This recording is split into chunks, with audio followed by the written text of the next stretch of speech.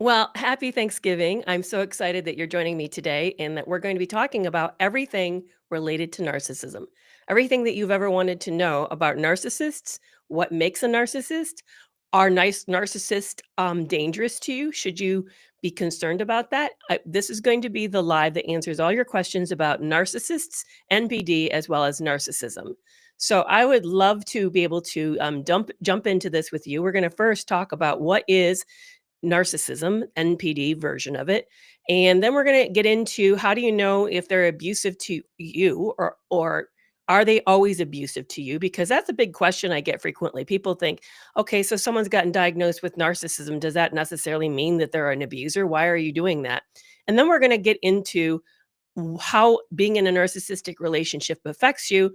I'm going to and then talk about, if you stick around to the end before I take your questions, how to survive the holidays with a narcissist. So say that you're about ready to walk into Thanksgiving, a family member you haven't seen in a long time, with somebody that you actually try to avoid, and now you're going to have to spend a considerable amount of time around that holiday table with this individual. So what should you do to be able to get through those uncomfortable moments? You know, the ones that look say, did you cut your hair? Or maybe it is that you gained a little bit of weight or something like that. We're going to actually talk about what to do to be able to help you survive that type of moment a little bit better. So I'm so excited you're happy.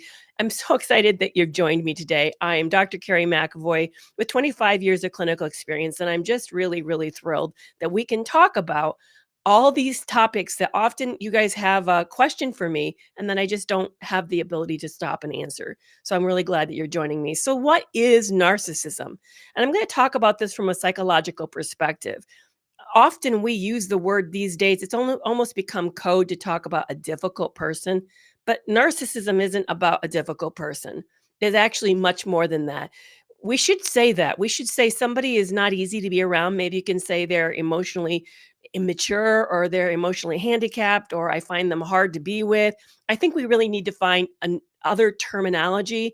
Maybe we can say they lie a lot or I just feel like I don't trust them, but we shouldn't use narcissism willy-nilly because what we're doing is we're watering down the term. And so that when someone really does say it and they mean it, you may not realize that. It may be one of those experiences of we've called woof too many times and we're having a trouble now knowing when is somebody actually really toxic and when are they just somebody who's difficult. But narcissism is actually, and this is another point of argument. You'll see clinicians kind of argue about this. Is it a spectrum? Is everybody on the spectrum?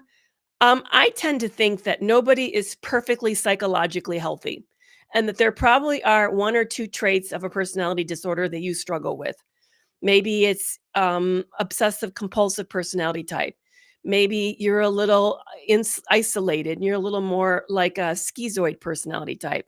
But maybe you really struggle with wanting to be special and you have some characteristics of a narcissistic type.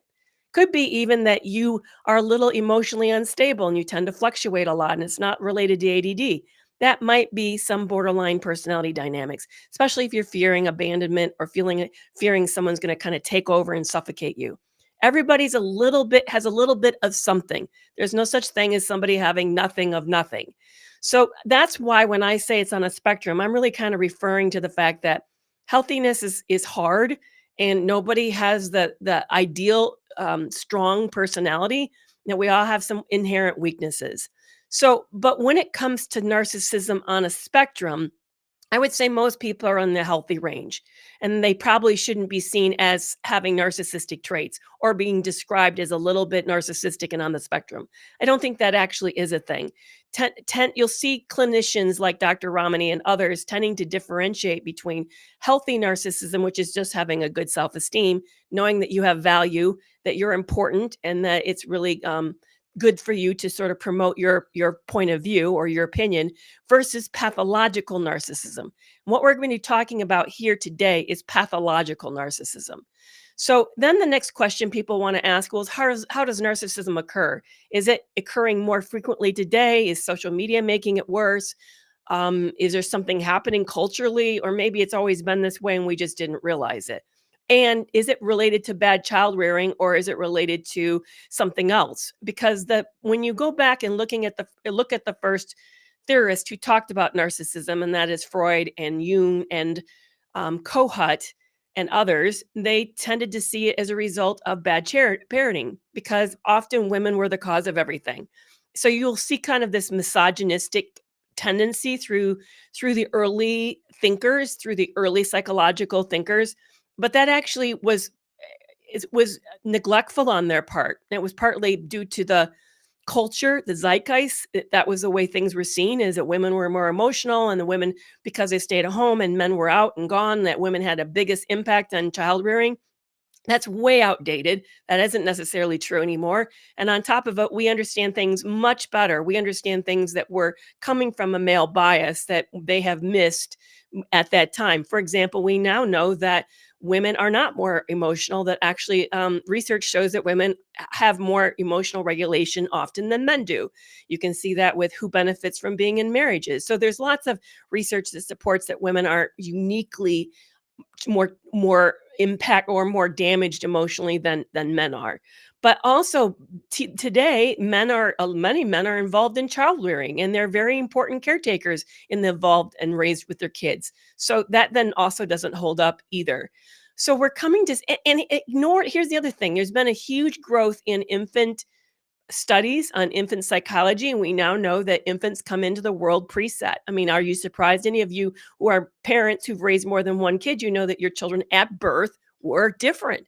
They did not show up exactly the same. One child may know how to roll, how to move. This is the difference I saw, to give you an example. I have three sons, and one of my sons would lay still. And, if I took him for a ride out in a stroller and the sun happened to be in his face because I couldn't get that cover over top of him well enough, he would literally sit there with the sun beating in his eyes and just scream.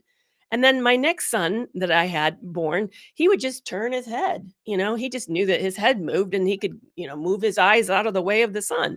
Well, how did they do that? Well, because they're not the same, and because they're born with innate different strengths. So the new thinking around narcissism is that narcissism is a biosocial problem. In other words, what we're essentially saying is that babies come into the world with inherent psychological weaknesses. Maybe they're not very empathic. Maybe they struggle to sympathize from people from other perspectives. Maybe they don't like to be vulnerable. Maybe they really struggle with emotional regulation. Maybe they're very impulsive, but each child's a little different. And these inherent weaknesses can be either accidentally encouraged or weakened based upon the environment. And a lot can go wrong with the environment. It's just not bad parenting. It could be there's sickness in that family. Thank you so much, Cynthia. By the way, shout out to Cynthia. I so appreciate you. I know you're one of my top followers on multiple channels, and I just really appreciate you. So it could be that there was an illness in the family, or maybe the extended family was in the crisis, or it could be that there was some kind of tragedy that happened, or maybe there just wasn't good support. Maybe that family was in a crisis, and the environment, the culture around them didn't know how to help. There could be lots of things that go wrong. And it could be something as simple as it just wasn't a good fit between mother and infant, or between parent and family and infant. And as a result of that, this ended up being not a good setup for the infant. I don't know why suddenly they're isn't that weird? Kind of got too bright on TikTok, so I corrected it. It could be just the mismatch between baby's temperament and the family system could cause enough trauma for that infant's characteristics not to be soothed or changed. So we now think that it's a combination. But here's one of the things that it really bothers me, and it's an old hangover from borderline personality disorder. At least I think so. We like to say borderline personality disorder used to be thought of, and I still think it partly can be caused by trauma. That is one that's a little more vulnerable. Those types of people with those types of characteristics tend to be more vulnerable to trauma. But we like to say it was trauma that caused them. And then no, then we made sort of the leap that said that trauma causes narcissism as well. I can tell you, trauma does not cause narcissism. I haven't seen any research that really massively supports that. I know people have come in and tried to argue with me about it. Because here's the other thing I'd like you to think about. A lot of us had a lot of trauma. And if that trauma causes narcissism, why is all the narcissistically abused victims not more narcissistic at the end of the relationship? You can just see how illogical that is in so many ways. Because if trauma is the cause, then we should have skyrocketing levels, not lower levels that we currently have, the rates of it. And on top of it, it's just the research isn't really supporting it. And I really think this comes out of, this is my guess, I don't know this for sure, but So please don't quote me, but I really think this comes out of the narcissist story. They say the trauma caused them to be this way, that they're defensive against the world because they've had such a terrible life experience and that we should be sympathetic. You know how we all get that sob story on the first meeting of this individual. So I really think that it's a way for them to sort of couch their victimhood as a defense against then their irresponsibility and lack accountability. But I don't see it that way. To me, narcissism, and yeah, there's some who say, well, they're shame based. Yeah, well, they should be shame based because you do shameful behaviors, you should feel shame. But is it the shame that's causing the narcissism, or is it really the shame as a result of the narcissistic behavior? It's kind of the chicken and or egg problem. Another thing is, I'm not for sure they're all that shamed based. If you look at George Simon's work, he would say no, he doesn't think so. He thinks they may feel humiliated, and they may be all about image management and don't want to look wrong, but it doesn't necessarily mean they're ashamed. Because think of it this way, shame is such a difficult emotion, such a powerful, unpleasant experience. I'll do about anything to experience shame. It changes me. I will say to Carrie, note to self, don't do that again. Do you see that kind of change in their behavior? Do they walk away from these terrible behavioral moments and say, oh, note to self, don't do that again? I mean, get caught cheating. Do you see them going out and trying to make all sorts of repair and learning from the lesson? I don't see it. So if shame's involved, then it certainly is a very poor motivator. And for you and me, it's a big motivator. We don't tend to do those things again because it's really, really painful. Now, thank you so much for saying that, Annette. And that brings up another point. A lot of therapists used to think, and I do think there's some validity to this, that maybe parents who don't help their kids understand that they're one of many people in the world and they need to understand how they fit in with the whole world, then they end up feeling like they're extra special, and because of that then they're very narcissistic. That's another old theory that's existed for a long time. I do think there is something to that. I do, and this is what worries me about raising kids in the 90s and the 80s. Poor millennials, I'm sorry, you get dumped on all the time. Well, I am a late boomer, so I hear it a lot too, but I do think boomers raising the millennials on a cushion, a pillow cushion, and giving awards to everybody for just showing up, that didn't help anybody. And I do think that wasn't good for them. But there is some research that suggests this special behavior, this special coddling, and running the home like your son or daughter is the king or queen of the home definitely does come into play. Someone just asked, where does lack of compassion come from? Again, I think that's for a variety of reasons. Here's what we like to see. We wish there was a simple answer that this is the cause.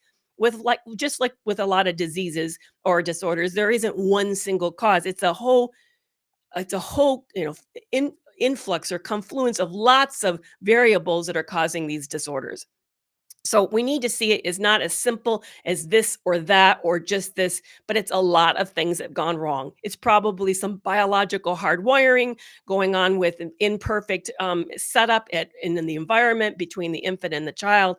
And then this child, has some difficulties, maybe doesn't learn very well from the past mistakes, or has some kind of defensive structure that's not really helpful. And that gets them on a trajectory of becoming towards a narcissist. It's interesting. I got to hear Dr. Gregory Lester, who was involved in the DSM-5's personality disorders section when they were working on that all those years ago. And he actually said that he really truly believed that narcissism shows up early as 7. And it's pretty fixed. It's a pretty hardwired, pretty fixed difficulty, and it's very difficult to change. I can tell you in the office, I'd have parents come in troubled over a difficult child, and it was usually by around that age, about elementary age. They would say, they're rough on their siblings. They lie to me a lot. They're very manipulative. I can't trust them. I'm just struggling, and it was already showing up. Now, I know it was easy for me too to think, oh, that parent's not doing enough. But some of these parents that I met, they were doing everything they could. They were like almost ill from the amount of work they were going to try to curb that child's behavior, and having very little luck at it. So I know we wish this was a little more certain and more clear, because we also want these individuals treated. And here's the thing, I do believe narcissism could be treated, but the problem is they don't want treatment. Narcissists are resistant to having anyone know them. So they're not going to be vulnerable in therapy. They're not going to really do hard work, and they don't want to be accountable. And because of that lack of accountability, then they don't change. It takes vulnerability for you to have real change. I can't tell you how often people think sending someone to me, by the way, I'm a retired clinical psychologist, sending them into my office for therapy was going to make the problem go away. No, it doesn't. If the individual coming into the office doesn't do the hard work, I cannot do that work for that person. I can give them all the most brilliant insights. And if they don't do anything with it, if it doesn't land and make sense and they don't take it away and start to like mull it over and change their behavior, then therapy is useless. It's actually probably a waste of money. I hate to tell you. So we often end up thinking therapy is some kind of magic pill or magic answer, or even like I used to call it the magic wand. Like you please, wave that magic wand, Dr. Carey, and make them better. No, I can't do that. They have to want to be better. The problem with narcissistic personality disorder, the thing that we get confused about it, they're not in distress. They're not in distress. We're in distress living, but they personally think there's nothing wrong with them. That's why it's called a disorder. I don't know if you've noticed. Conditions include things like depression, anxiety, OCD, schizophrenia. And when you meet somebody who's suffering really intensely from one of those conditions, they're suffering.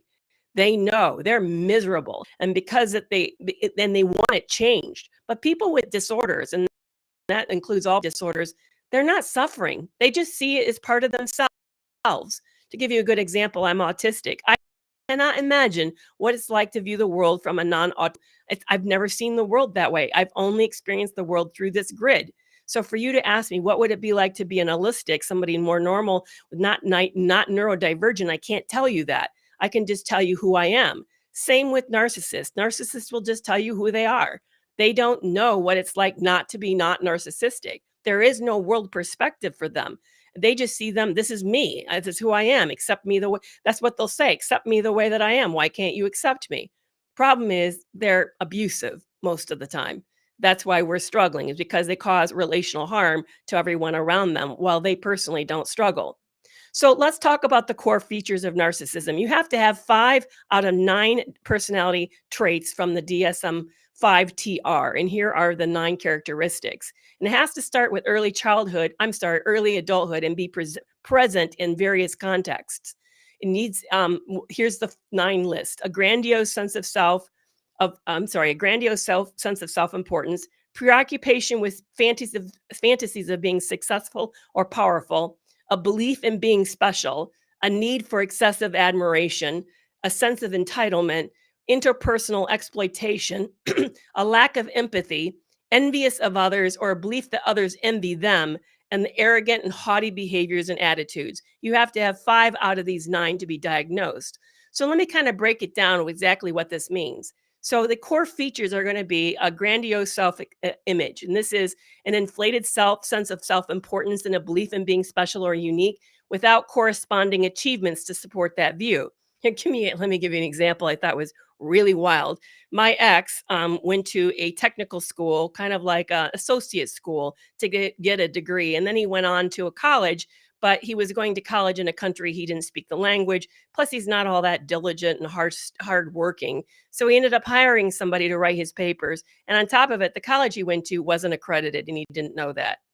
So he went to college, got a college degree, somehow, really not on his work. But he found out because his identity was stolen by somebody else, that person who stole his identity actually went on to graduate school and got an MBA. So my ex found this out and said, hey, I should write to the school and get the diploma and curriculum, a transcript of all the classes taken and the grades. And I said, why? Because you can't pull off, you have an MBA, you don't have an MBA. He goes, but they used my social security number. So isn't that technically my degree? And I said, yeah, but you can't talk the language of business because you don't have an MBA. He goes, yeah, but I own it. Isn't it mine because it's in my social security number? And I'm thinking, oh my goodness, I don't get this. So this is a good example of a grandiose image. There's not the corresponding achievements to support their worldview. He felt he was special enough and smart enough that he could pull it off. And I tell you, the guy was very average in his intelligence. There was nothing special about his intelligence. There's a lack of empathy. They have a difficulty recognizing or identifying with the feelings and needs of other people. It isn't just they're selfish, there's genuinely a deficit in perspective taking and an emotional resonance with other people's experience. So you're going to feel this severe lopsidedness with them, where you will show up and rescue them and show all sorts of support for their big crocodile tears whenever something goes wrong. But when it's your turn, like when you're sick, after they've been sick, then there's the lack of support. They're going to end up being angry with you for inconveniencing them. That happened often to me. If he got a cold, he took to the bed. Seriously, went to bed. And I was supposed to understand, not say anything, and go on with life without him. But if I got a cold, there was I was not to stop working, and there would be no understanding for why I was sick or need to be taking time off. In fact, there'd be frustration with me for getting in the way of his agenda and his needs. So you're going to see this literal difficulty taking other people perspective. His cold, primary, easy to see. I should understand it. But on the other hand, if somebody else is suffering, no understanding. If anything, there's this callousness or this just this, yeah, callousness is the best word. They don't get it and they're angry because it's an inconvenience. Number three, they have a fragile self-esteem. So despite all the confidence that you're seeing from them, they're actually very fragile. You see this in their hypersensitivity. If you dared in any way, like even had a wrong expression on your face about some project they're presenting, oh man, then you just like slice them and dice them. So they're very, very sensitive to perceived slights, perceived criticisms, anything that's sort of upsetting. Or another great example is one of somebody we hired to do a work for us charged a little more than my ex thought was fair. By the way, my ex had no problem charging whatever he thought he deserved. But when this person charged and then held him to paying, he was so angry he melted down. So there's this guess that there's this sense of this imbalance or this hypersensitivity to external in. Oh man, somebody just complimented me and you completely throw me off my game. Thank you so much for that. I really deeply appreciate that compliment. That's very touching. But there is this hypersensitivity to criticism and slight, even when you didn't mean it, even when what you said wasn't really, you weren't trying to be critical. Maybe you just weren't adoring enough and admiring them enough. They still experience it as a loss or a hit. Number four is they have defense mechanisms that are very primitive, very early, that we use when we're young, and we hopefully let go most of them as we get older. They usually primarily use denial. They just refuse to see that they did anything or anything happened. It's not me, I didn't do that. They often use projection. So the very thing that they're upset about you, the very thing they're doing, they'll accuse you of. Like they're cheating. How many of you have been accused of being a cheater because your partner was cheating? They often will use compartmentalization, where they literally act as if life is like a set of rooms. And when they leave that one room of their life and go into another, that's as if there's another section that's cut off from the first. That's how they can leave one relationship. Mine was lived a double life, had multiple relationships going on at the same time. He could like leave one person, step into the room with the next person. It was like as if he shut that door to the other person and they never actually existed. So that's how they kind of had these really primitive defense mechanism. One of them it didn't mention when I was doing this research is splitting. They do what splitting. Here's what splitting is.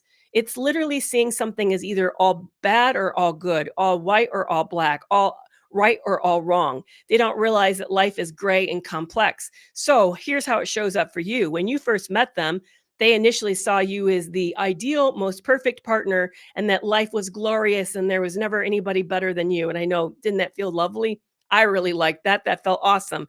And in that moment, you stepped into the split with them and you liked it. You kind of fed off of it because it felt really good. But the problem is with that split is all it takes is for you to make one slight wrong move. Maybe it is you didn't quite applaud big enough, or you didn't admire them long enough, or maybe you said, you held your fork wrong or some slight thing like that, and you fell from grace and you went from good, totally off, amazing to totally awful. You went from top dog to bottom dog, and there was no one worse than you. So they literally see the world in this sort of black and white thing. And you'll sort of see this, and it's the most wonderful moment we've ever had in our life, to all of a sudden, because one thing went wrong, it's now the crappiest moment they ever had in their life. And they're thinking, how did it go from great to bad in 2 seconds? But that's what splitting does.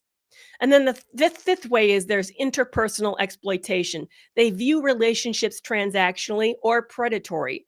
So they either view like they want to get from what they give, or they view you as the the victim of their hunt. So they see you as some form of supply, and some, whether it's attention or admiration or some of your resources, and they do not intend to be reciprocal. So, let's go back to this shame rage connection that a lot of psychologists talk about. A lot of them think there's this deep unconscious shame that sits at the core of the narcissist, and that when the shame is threatened to be exposed through criticism, rejection, or failure, it triggers narcissistic rage, which is the anger that serves to protect their fragile ego. Yeah, you actually can ask questions. If you stick around to the end, somebody just asked, "Is there questions?" Yes, I usually take the last 15 minutes of questions if you stick around. Um, but I'm not for sure there is I'm not for sure it's shame of self. I think it's more it's humiliation of the loss of the image they want to curate. I think that's what's happening. They want you to see them in a certain way. They want the world to see them in a certain way, and that when you prick that and expose them as the fraud that they often are, there's a rage, there's this vindictiveness, this punitiveness that you unleash because they don't want to be found out like that. Because here's the thing, I actually watched it. I actually watched it in front of me. What I saw was not shame. My ex was not ashamed for being found out as a cheater at any level, but he did not want anyone to know that he was not all that. So it wasn't that he felt himself to be bad, but he didn't want his image to be sullied. That's what I think is going on. So I don't buy this their deep core of shame piece. I just don't see it. But I know there are a lot of clinicians that disagree with me. One of them disagrees with me is Dr. Romney. I'm very aware of that. So as you can see, a lot of this is theoretical, and we're still trying to understand what actually happened to these individuals. Oh, thank you so much. Someone heard that I did tell my story in a two-part in Betrayal Weekly last fall in October. And yeah, thank you so much for that. I think it was the week of the 10th is when it came out. 10th and the 17th is my story. So if you want to hear it told, my version plus dramatized, then you can also go to Betrayal Weekly last year in October. It's called Dr. Carey. I let them use my real name. So what happens interpersonally with narcissists? Well, they see themselves as above it all. They see themselves as better than other people, and as a result of that, here's some of the dynamics that we end up experiencing when we're with a narcissist. One is boundary violations. They don't see themselves as needing to respect or even honor or value your boundaries because you are an extension of them. You're not a separate person. You're there to serve them. You're there to serve their needs, placate their feelings, and to help them be as free as they want to be. That means they have a right to intrude on your personal space. They have a right to using your resources, emotional and tangible resources. They feel entitled to everything about you, access to your possessions, control over your decisions. And when you assert your boundaries, can you imagine? Because they believe they have a right to that, they view that as betrayal of them, that you should say no to them. They don't see no as a legitimate right of yours. So that's why they repeatedly push, manipulate, or reframe until they get what they want from you. The second problem is a lack of reciprocity. The relationships with narcissists is essentially going to be one-sided. They expect the support, the attention, and the accommodation, but they're not going to provide it back to you in return. So have you noticed conversations tend to revolve around them? What you share, when you share, how you show up for them. They keep score and they feel they're owed. So they don't track what they owe you, but they track what you owe them. And your needs are seen as inconvenient burdens or even selfishness that they then redirect back to themselves, saying, "You're being unfair, you're somehow getting in their way," and they really take offense to that. Next is there's exploitation and manipulation. They're data gatherers. I really want you to take that away. These people are researchers. They test and exploit. You are like they're scanning for everything they can learn about you so they can take advantage of you. They present as if they're caring, loving, safe, trustworthy people in order to gain access. But so in the early part of the relationships, they study you. They're looking for your vulnerabilities, your desires, insecurities, and strengths. And the reason they do this is because they want to exploit them later. So that love bombing stage, when you feel like you've met somebody who really wants to get to know you and you feel so flattered by that experience, it's not that flattering. They're actually gathering data. And if you'll notice, when you ask them the same questions back, It's one-sided. They're not actually giving you the same type of information because they're not going to be exposed to you. They do not want you to exploit them, so they do not share. So watch out for that inequity. And then they'll test boundaries to see what they can get away with. I love that. I don't know if you guys follow Jenny Young on Instagram. It's word, not worst, but word underscore case scenario. So word underscore case underscore scenario. She's a PhD in rhetorical English or critical discourse. She talks about context. And she also often uses dating profiles, male dating profiles, because she has a program for women. But she calls this process test and apologize. You'll see them test you by overstepping a boundary with you. And then when you snap back because they overstepped, they'll apologize. But what they're really doing, they're testing to see where they can exploit you. And so they do this push on multiple directions to see where are you vulnerable, where will you hold the line, and where will you not. And then they often gaslight. It's extremely common. They're going to deny your reality in order to maintain control as a way to avoid accountability and responsibility. The next way that their core psychological process shows up is they're emotionally unavailable. Despite being charming and being very engaging initially, they can't really provide emotional intimacy because they lack empathy. All of that was for show. They've learned to mimic that with you. They've learned to all of that. If you've ever noticed, it's actually quite shallow. To me, it felt almost childlike. That's how I would have described it. But what I didn't realize that it wasn't childlike, it was shallow because there was no depth to it. So you often, when you're in the middle of the relationship with them, you feel like you're alone when you're together because there's no real connection or understanding. I used to say it was like we were playing the hokey pokey game. He'd maybe put his right arm in or his left leg in, but when it came to putting your whole self in, he never did. And I could feel that lack of true commitment, that lack of authentic loyalty to me. This isn't a person who did not have my back. So you'll feel that shallowness because they're emotionally unavailable. And when you're in need, they're going to be absent, dismissive, or make it all about them. Yeah, somebody just said he never kissed me. He said he didn't want to kiss me. You know what might do? He'd kiss my forehead. He'd kiss me like he was my father, but he wouldn't kiss me on the mouth. He very rarely ever kissed me on the mouth, to the point that now when I see somebody give that paternal kiss, I'm turned off because it really, to me, is very triggering.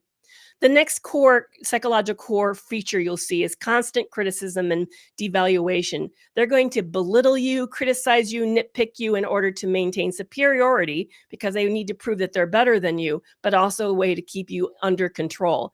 Nothing you do is ever good enough, and the goalposts around you are constantly shifting because they're going to always make it out of reach so that you can never, in their minds, compare to them. They're always the better one, and they need to show you up that way. So when you are an accomplished person, your accomplishments actually threaten them. So they'll end up diminishing them or competing against them, or they'll be passive aggressive and forget about them. Like if you end up having an award ceremony, they'll forget to show up to the banquet or show up late after you've already accepted your award. They'll do all sorts of this stuff as a way to sort of outshine you or make you know that you're not really all that they're better. And then when there's conflict, when there's real betrayal or real problems, they have an inability to take accountability. They never genuinely apologize or take responsibility. Everything is rationalized, justified, or blamed on somebody else. You'll see them using a lot of DARVO, which is to deny, attack, and then reverse the position, act like they're the victim and you're the offender for bringing the issue up so that you end up apologizing for their bad behavior. And there isn't any repair to the relationship. In fact, that's a good test for the relationship. Look for a moment when there's a disagreement between the two of you, and when they have hurt you, look for them to come back and see if they'll make up, really make up, truly make amends, truly apologize, and stay repentant, stay feeling bad. You'll see that they won't do that. Then they often use triangulation, which they'll use as a way to keep competition and create insecurity. This is a way by bringing a third party into the conflict in order to gang up on you. Well, so-and-so doesn't think that about me. They think I'm the easiest person ever. Or you know what? So-and-so's concerned about you and has talked to me about you. Or you know what? You're not like you used to be. When your old self was, she was more supportive of me than you are. See, it even could be you. The third person that comes in might be you. They'll compare you to other people in order to make you feel inadequate, and they'll play people against each other in order to maintain control. By creating the drama between people, they end up, that drama stays central, and they maintain control through it.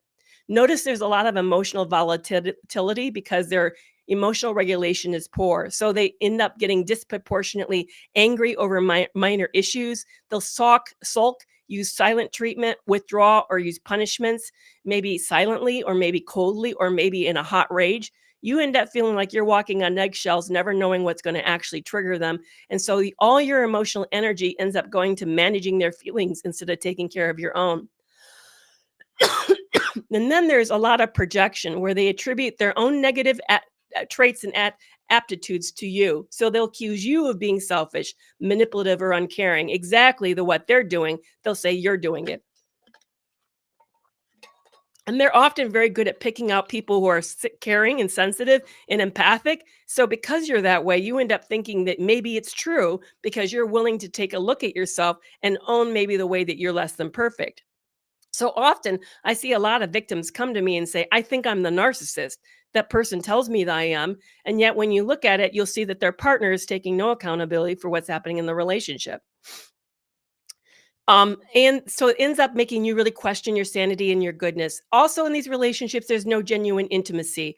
There's intensity. There's intensity, and that can feel intimate, but it's actually not intimate because the love bombing has created a false intimacy much too quick, much too soon.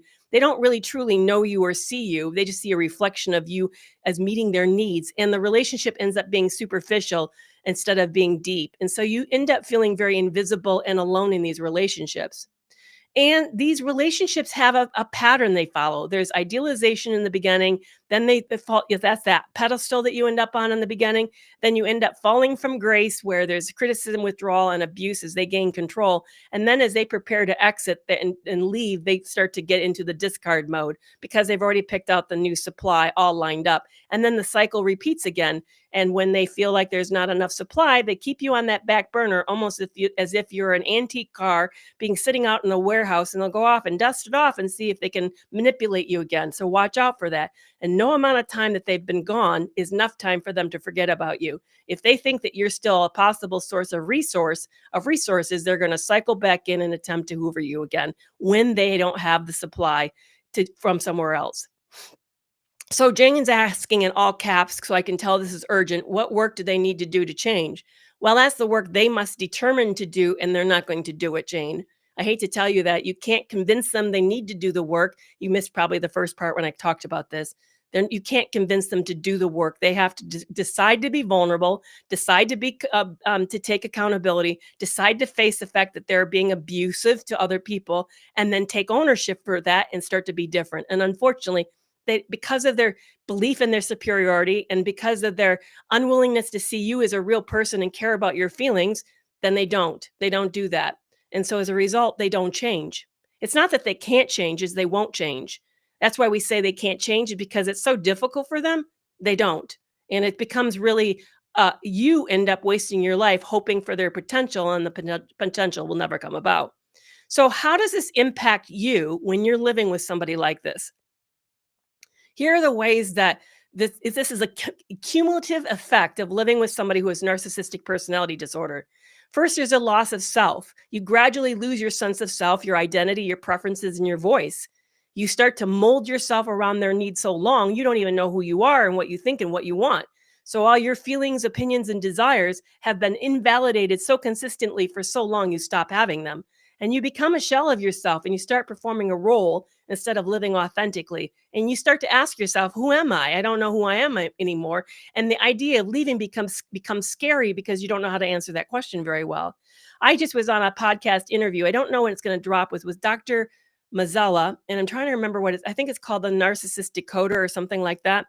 And he asked me, because we were talking about, he was using my story as a case study. And he asked me, like, what happened to me? Did I get to the place where I got angry and spoke up? I said, no, I got deflated. And I know I can't use this word on social media, but fill in the words, okay? I started to passively not care that I lived. I didn't really care. I actually thought not being here would be easier. So I was giving up, and I was collapsing under the weight of this chronic abuse. But it erodes your sense of self, and it robs you of your agency and your autonomy. You start to be riddled with self-doubt, chronic self-doubt. You start to constantly question your perceptions, your memories, and your judgment because you're being gaslit so often. You start to wonder, maybe I'm the crazy one. And you start to not trust your own mind and your own instincts anymore because, after all, you made the decision to get into this relationship. So there must be something wrong with you because you made that bad choice. So now you're second guessing everything because and the narcissists criticize you for everything. So they say you can't do anything right. And now you start to think you can't do anything right. And you chose them, you got into this relationship. So maybe you really can't do anything right. So you start to feel paralysis around decisions because you stop trusting yourself. And then because you're not safe in these relationships, you're in a state of hypervigilance. You're monitoring their moods, you're anticipating their reactions, you're feeling highly anxious. You know how you listening for that footstep, whether it's too heavy or too fast, and you know, oh no, that means that the evening's gonna go really wrong. Or they're even the way they drive into the driveway, if it's too quick, or maybe they scoot up some gravel in the driveway. You like, oh crap, that means it's been a bad day, it's gonna be a rough night. So you start to walk on eggshells as your default state because your nervous system's in a chronic fight or flight freeze state. And you start to develop anxiety because you're really anxious about them even when they're not around. So maybe you start to develop some generalized anxiety disorder or phobias or panic attacks.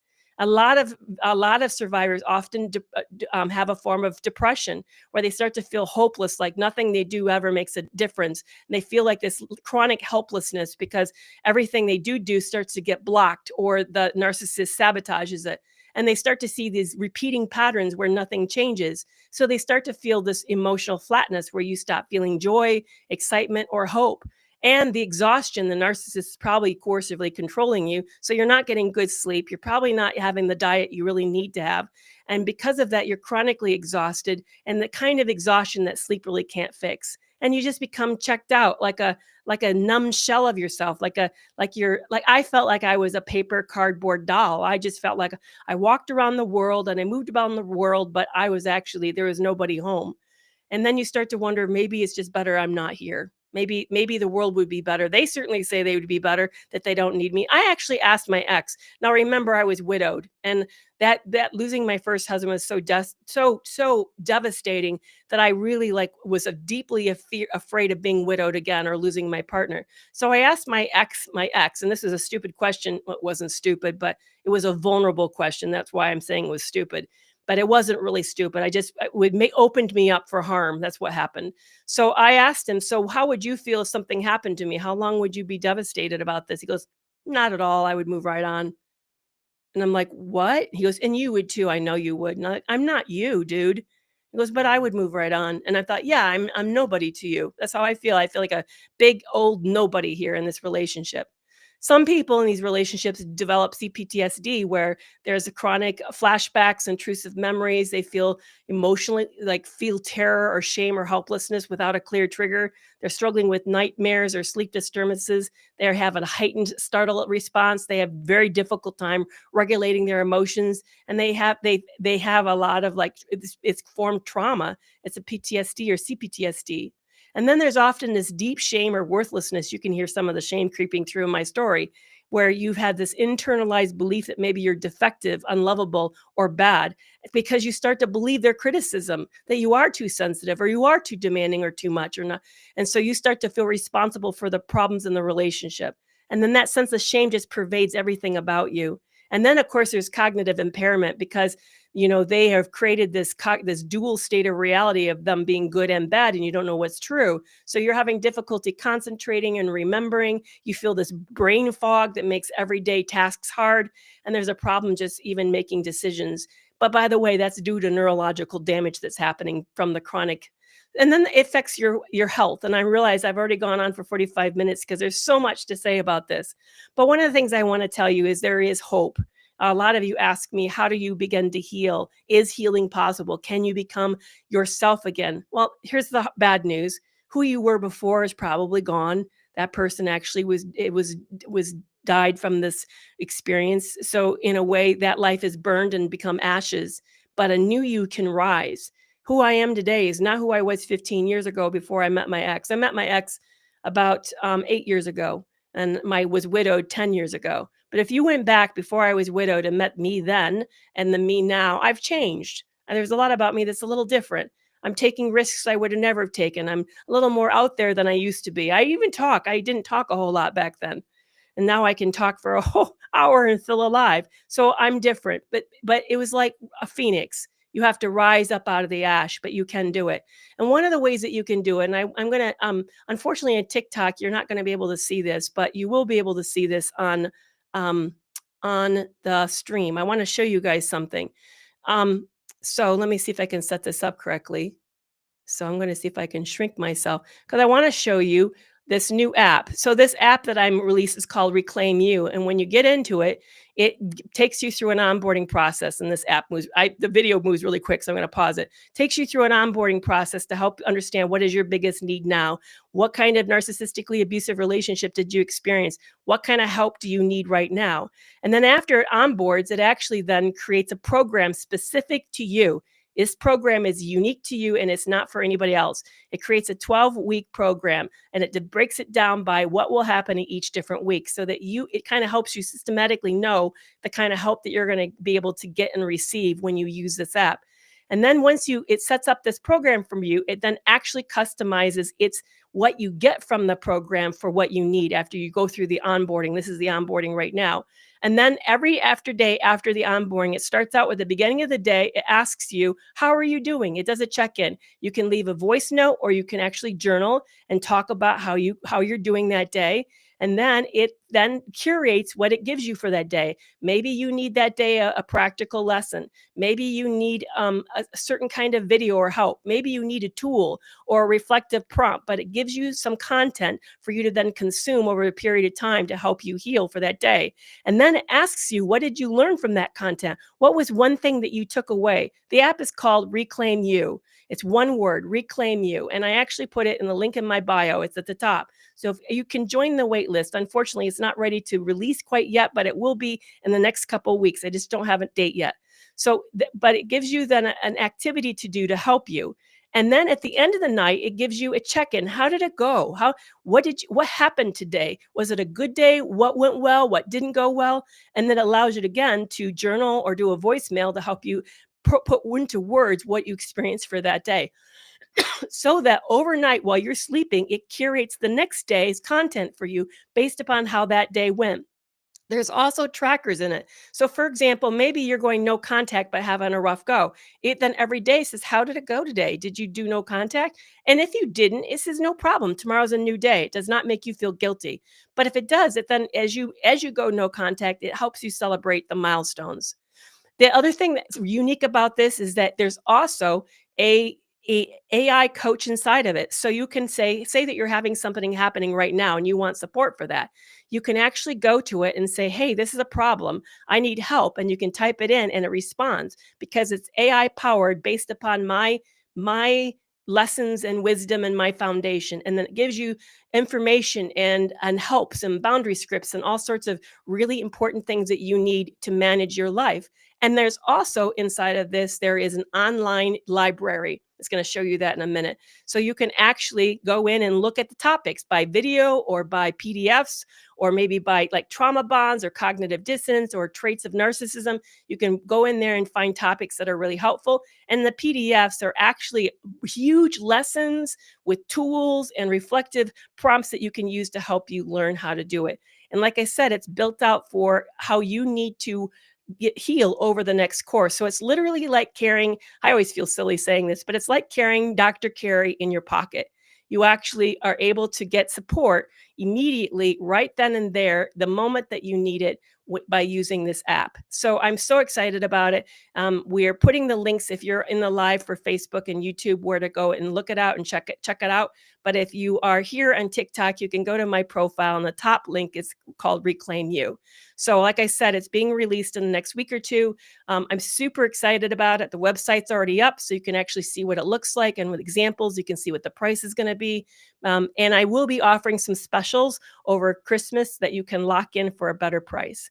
So if you're looking for immediate help, that is a really great way to be able to do that. Sandy, no, I'm not from Ohio. I have relatives in Ohio, but I'm not in Ohio. All right, I'm going to stop now talking about narcissism because I could have gone on and on and on. There's a whole lot to say, but I really want to hear, what are your questions? I know some of you have been sticking around to ask me questions. So what is it that you would like me to answer today that would be really, really helpful? Yeah, GMB said sometimes I have issues journaling every day on my phone. But what's nice about this is that you can say as little as you want, and you can also do voice messages. So that's what's really great about Reclaim You. You can actually say, I want to do both, or I prefer to do only voice, or I prefer to do journaling. But it really lets you to be able to do whatever works. Do they always hoover? Most of them do. I used to think mine wouldn't, but lately mine's been popping up on my life again. He's circling back, and it's been 6 years and I haven't heard a word out of him, but I think I don't know if he wants back with me, but I think he wants something from me. So I would suggest that you prepare yourself for a possibility of that. I really do think. How do they move on so quickly? That's a great question, because you never were a real person. You weren't a real person to them. You were supply, and they're just looking for more supply, and you were interchangeable. I know that really hurts because you actually are not interchangeable. You are uniquely special and worthy and wonderful, but in their minds they don't see it that way. You were just really good supply. Yeah, I love that word, two-dimensional. They're very, very two-dimensional. How are you supposed to feel what they don't? Can you say more what you mean? Don't forget to cultivate. Can you say what you mean by that? Are you saying they never go away? I'm not saying they don't ever go away, but there may be periods where they pop back up. I'm just saying be careful. Be attuned to that. Be aware of that as a possibility of that. So, yeah, just don't assume that just because they've been out of mind for a while that they can't suddenly circle back. As I said, I'm seeing it happen right now. Mine's circling back in some really weird ways. I think he's out of money and he wants something. So, I've been blocking every possible contact that he may have contact with that could somehow reach out to me for him. That's what I've been doing. What's it called when they have such rage that they don't recall it and they have to come out of it, and that it's not splitting? That's an interesting question. I'm not for sure exactly what you're describing, but I also wonder how authentic it is. What I've seen with these individuals that are extremely good at imitation, like mine actually had a full on quote unquote panic attack. I don't know if I believe that anymore. I think he was just really good at faking it. So yeah, I would be hesitant to say that that was actually authentic, because think about what that got him out of, or her out of it, whoever, male or female, that you're talking about. That means they then cannot be held accountable for whatever horrible thing they just did to you. It also means you're going to feel sorry for them, and that means they're going to show them a lot of sympathy, and you're going to move towards them and almost forgive them, and give them special allowance. So I'm very doubtful that that actually happened. If it did, it would be for of some type of amnesia, some type of a fugue state or an amnesia state. But I would be very that would be brought on by a neurological organic problem. And by the way, I would actually get that's happening on a regular basis, see a neurologist, because that's serious. But I have a feeling this was manipulative, not actually authentic. He blocks me without any reason, then unblocks me just to call, hangs up and blocks me. What is that? That is a perfect classic way to maintain power. He's wanting you to know that he can get to you whenever he wants to because you will accept the call, but that you can't have that same kind of access back to him. So what I would recommend is you block him, and that way it just stops, because then he can't play, or she can't play that game with you anymore. It is a classic power move. Yeah. So be really, really careful with that. Don't let that kind of lack of reciprocity exist. Can I have any reading recommendations to learn more about this topic? Absolutely. I really love that you asked that question. I would recommend that you read Wolves in Sheep Clothing by, no, it's called In Sheep's Clothing by Dr. George Simon. Also check out Dr. Peter Salerno's book, Nurture Nature. I think that's the title, Nurture Nature. I'm thinking, It's Not About You by Dr. Ramani is another excellent book. It's not so much on narcissism. The first two are very much about narcissism. The second one is more about what happens in a narcissistic relationship. If you're feeling really confused and you don't know whether it's real or not real, pick up the book, Why Can't I Just Leave by Kristen Milstead. And if you want a really good example of what narcissistic abuse looks like when there actually isn't physical abuse, I recommend that you check out my book called Love You More. My book called Love You More is a story. It's written like a novel, like a very fast-paced novel, and it's a tell-all about what happened to me. I'm about ready to interview Dr. Favaro, Peter Favaro. He wrote the book called Bad People Bible. This is a really good book about why people are bad and how to manage them. I love the book. It's a great book. And if you're looking for a book that gives you a lot of practical how-tos, this is also coming up on my podcast, Breaking Free from Narcissistic Abuse. There's a word for it. Ellen Tiff wrote the book. There is a word for it. And what she describes is all the aspects that you experience in narcissistic abuse, and also then gives you how to manage that, techniques and strategies and all sorts of stuff of how to manage it. And if you're looking for a book about what to do with cognitive dissonance, like I don't know what's real, I'm not for sure, this is a really great book. This is my book, First Steps to Leaving a Narcissist. It's my book. And then if you're looking to survive and heal after narcissistic abuse, another good book that I wrote with Lisa Sunny is called Surviving to Thriving. This book is written by Lisa Sunny and myself, called Surviving to Thriving. It's the six obstacles to healing after narcissistic abuse. So those are some books off the top of my head that I think are really good. There was a question that came in from TikTok. Let me go back to it. Um, why don't they feel why do they feel what do they feel when you don't respond to anything? That's the best way for you to show you are not being impacted by them. You want to take back your power, stop being reactive. I know it's really hard to do, but stop being reactive. That's a real quick way for you to just take your power back. A really great way. And it also is, if you want to hurt them, it's a great way to kind of myth them, make them upset. But I would really recommend that you do that. I had a question come in by Scrap Along, and I'm so glad to see you here, Scrap Along. You've been a longtime follower of mine. Why do they neglect the children? For the same reasons they move on for you after the relationship's over, is because children are supply. They don't see their children as really authentically little human beings that are separate from themselves. They see them as a source of supply. And so as a result, then they utilize kids often as a tool in order to hurt you by hurting the kids. Or they find the kids frustrating and they leave because they really don't want to take care of kids. Or they end up harming the kids as a way to get back to you. I mean, it's all about the kids are just a tool, unfortunately. Yes, somebody's saying that their child was injured by their partner. Yeah, that's a very common dynamic. I hate and pets. Oh my goodness. Watch out for your pets around these people. They know that you're very invested in your pets and they will harm your pets when you're not in the house. I've had so many people tell me they've had cameras on the house and they've filmed their partner doing horrific things to the pet. They'll butter the pet up and do all the special stuff to act like they're the special one when you're around. But the minute you're gone, they're going to take their anger out, their frustration out on the pet. So be very, very careful about that. Don't leave them alone with the pet. Um, yeah, somebody else asked me another question here on TikTok. How do you learn not to react? And that's going to be my last question for today. Great ending of a question. How do you not react? Well, the first thing is you got to emotionally detach. And I know that's extremely hard to do. You have to you have to get to the place where you realize that you're not going to change them and their opinion of you is going to be always negative. You stop looking for it. So you start to let go of your need for their approval and their love. Essentially what you do is you start to break your connection to them, your connection to the relationship. And essentially, you're starting to let the relationship die. You cease to see them as a source of your comfort. And then you also cease to see them as an important influence or sway in your life. You don't look for their opinion because it doesn't matter. And it's hard. It takes lots of practice. I would have to say to myself, Carrie, don't ask him. You don't really care. Remember, you need to not care. This is really hard, but don't ask him. He will only hurt you if you do that. So those are the ways for you to begin to really start to emotionally separate yourself, to protect yourself so that you're not harmed by these toxic individuals. But it's hard work. It takes a lot. You're going to fail a lot, but just see failure as an exercise, like you're strengthening a muscle and learning yourself to care less and less about what they think. And unfortunately, with the practice, the fact that when they say something hurtful, say, remember, this person isn't important. They're cruel. They do this on purpose as a way to hurt you. Do I only respond to questions to TikTok? Maria, obviously, I actually don't, because I just responded to yours. I know I try to do a mix of the questions. I'm watching both feeds, Maria.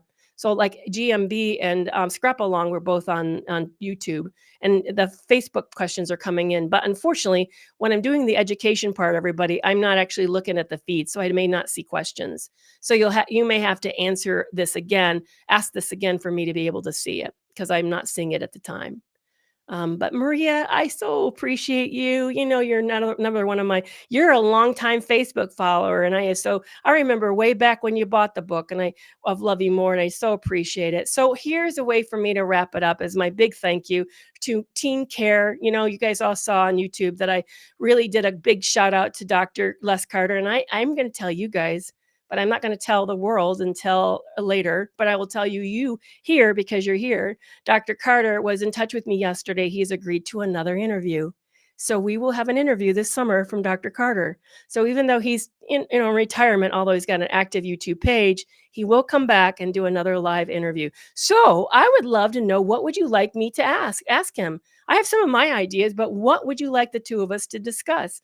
So, if those of you who are big team healthy, please let me know your thoughts about that, because he is going to come back. He's already agreed to do that.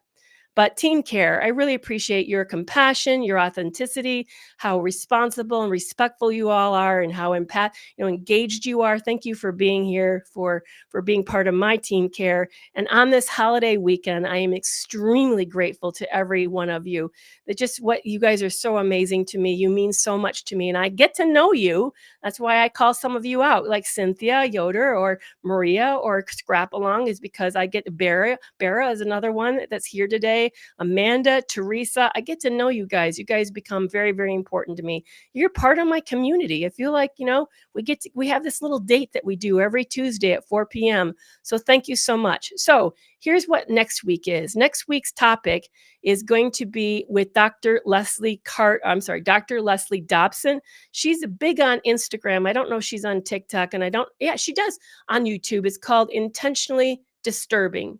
Intentionally Disturbing is her podcast. We're going to be talking about predation, about predators. She's a forensic psychologist who's worked with some of the scariest people.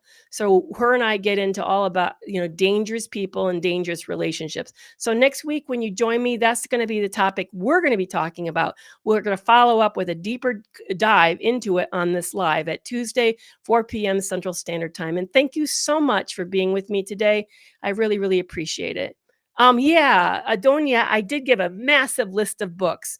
Actually, what you can do is go to Facebook or YouTube to watch that section, because there is a massive and Joe Mack, the name of the professor of rhetorical English is word case scenario, word underscore case underscore scenario. Her name is Jenny, Jennie, Young, like not old, but young. So the first book I recommended to you was In Sheep's Clothing by Dr. George Simon. And the second book I recommended was Dr. Peter Salerno's. By the way, I have him on the podcast in December. Dr. Salerno is right after Dr. Dobson. All right, you guys, take care, and I'll see you soon. Bye-bye.